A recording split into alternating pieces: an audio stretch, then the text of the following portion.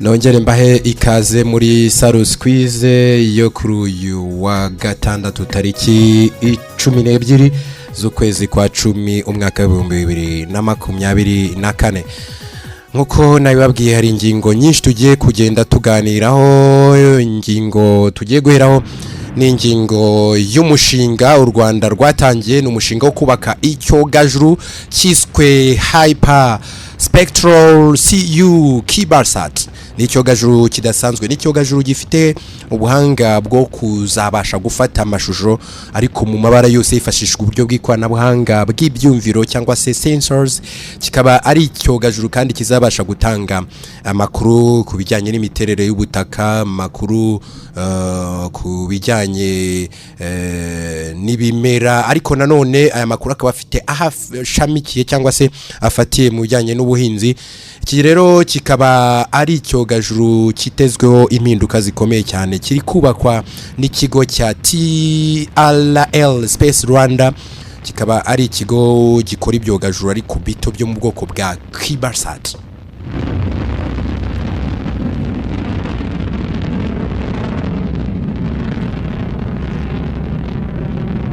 Iki ni ikigo kimaze imyaka igeze muri 3 gikorera hano mu Rwanda.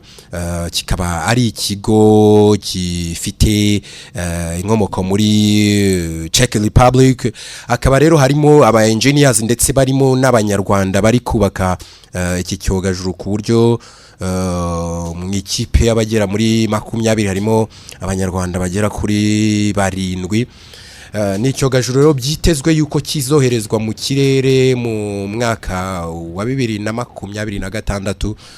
Nyuma yabwo rero ngira ngo hari umuyobozi w'iki kigo cya TRL Space Rwanda yatangaje yuko nibamara kohereza kino cyogajuru cya Hyper Spectral CU Kibarsat bafite none n'indi gahunda yo kuzohereza ibindi bikurikirana ku buryo buri mwaka bazagenda bohereza cyogajuru mu kirere, cyogajuru mu kirere nibuze bagahita bakagera ku byogajuru 5 by'u Rwanda bizigomba kuzazamurwa mu isanzure nyuma y'iki ngiki muri 2026. Ni cyogajuru rero gito ariko kizaba gipima ibiro biri hagati y'10 na 12. Kikaba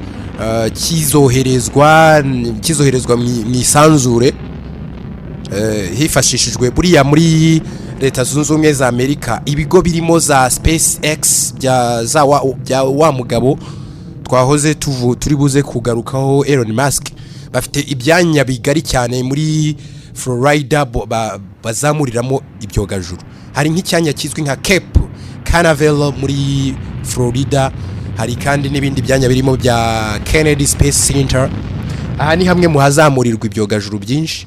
Ahaba harateguwe ama rocket cyangwa se ibyuma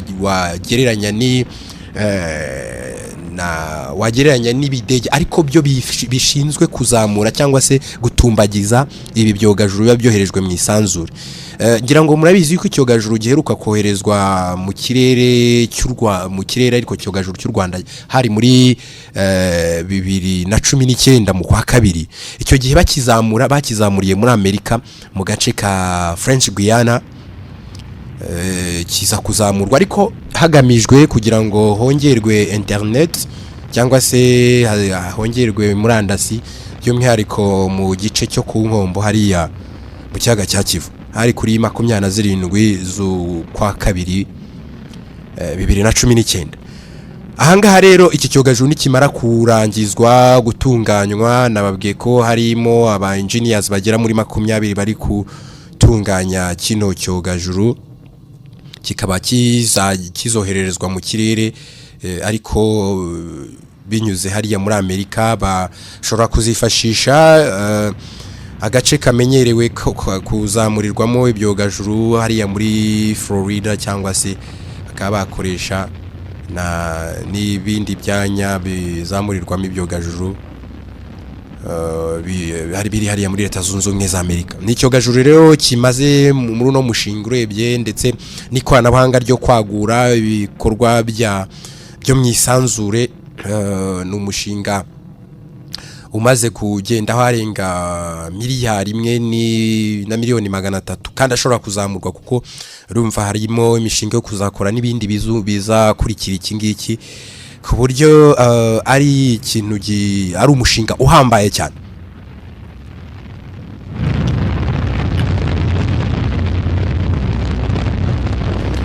Ibingibi kandi bije biherekeje bikurikiye ikindi cyanya kizwi nka teleport. Abantu bari hariya za Rwamagana muzi ahantu hari antenne yubatswe aho ngaho mu gace ka ni hariya muri Mwurire hari antenne nayo ifite ubuhanga ndetse n'ikoranabuhanga byo kwakira makuru y'ibyogajuru. Ni cyanya kinini gishobora no kuzashyirwamo yandi ma station yihariye ajyanye n'ubumenyi bwo mwisanzure ku buryo ari imishinga ihambaye usanga ni bihugu bike bya Afrika. Mu mwanya ndaza kubabwira muri Afrika nubwo tuvuga ibihugu biba biri gukora imishinga nk'ingi iremereye yo gukora ibyogajuru kuzamura ibyogajuru mu kirere, ibihugu birenga 50 bya Afrika ni ibihe nibuze bifite ubuhanganye bwo kuba bifite ibyogajuru byabyo bwite mu kirere.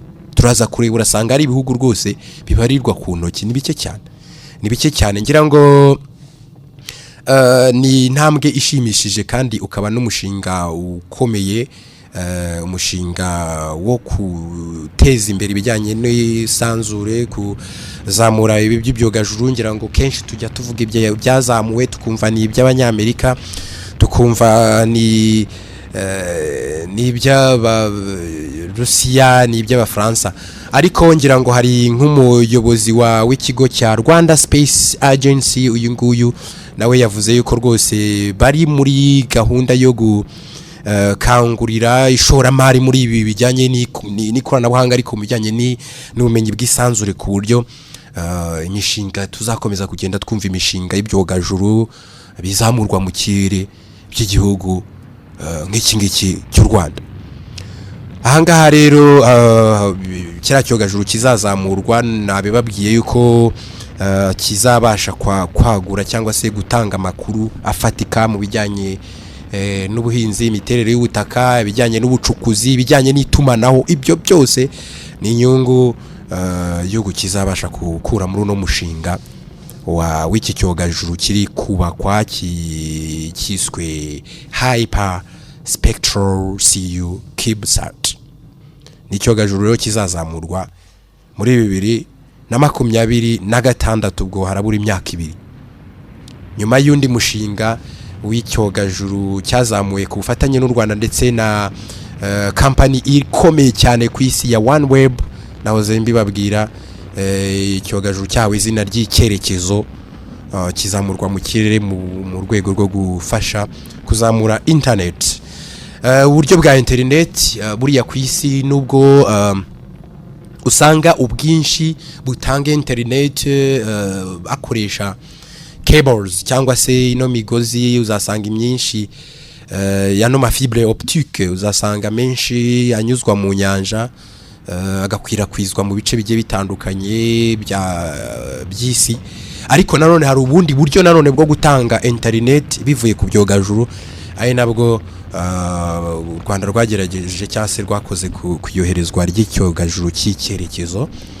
Nyuma yabwo hakaba rero haje indi mishinga nk'uyu nguyu mbabwiye ugiye guzahindura ibindi byinshi cyane. Urumva yuko ari ibintu bidasanzwe kugira ngo ubyumve neza. Muri Afrika maginga ya ibihugu bifite ibyogajuru byabyo mu kirere, mbanze mbabwire yuko ubu ku rwego rw'isi mu kirere urebye neza usanga hari mw'ibyogajuru birenga 11,000. Ibyinshi byihariwe n'ibihugu bikomeye cyane birimo za Leta Zunze Ubumwe za Amerika, za Canada, Abafaransa, Abadage, Abayapani n'ibindi bihugu bikomeye cyane, ku buryo usanga ibihugu bya Afrika ibyinshi biracyadepanda cyase biracyakura amakuru ku bindi byogajuru, ku byogajuru by'ibyo bihugu bikomeye cyane. Gusa urebye usanga hari ibihugu biri kugenda bitera intambwe ku buryo nk'igihugu gifite ibyogajuru byinshi ibyogajuru byinshi mu isanzure cya Afrika kibarizwa hano ku mugabane wa Afrika ni igihugu cya Afrika y'Epfo South Africa bafite mu kirere ibyogajuru bigera kuri 11 abangaba bakurikirwa na Misiri ifiteyo ibyogajuru bigera mu 10 haza kandi ibihugu bikomeye birimo za Nigeria nayo ifite ibarirwa muri 6 na Nigeria nayo nuko ifite ibibarirwa muri 6 Maroc nayo ifite ibyogajuru mu kirere byayo yihariye bigera kuri 3 Ethiopia 2 Angola 2 hakaza noneho ibindi bihugu bigiye bifite kimwe birimo Rwanda ariko urumva ko hari n'umushinga wo Kohereza n'ikindi vuba hanga mu kirere hakazamo za Tunisia za Kenya za Ile Maurice ibihugu nka Ghana ibihugu nka Zimbabwe no Buganda urumva ko biracyari bike ni imishinga ikomeye kandi ifitiye ibihugu bitandukanye akamara ariyo mpamvu ibihugu bireba kure bitinyuka bigatangira ino mishinga yagutse imishinga abandi batinye urumva ubaze neza urasanga muri Afrika ibihugu byifitiye ibyogajuru ni ibihugu bishobora kuba bitageze no kuri 15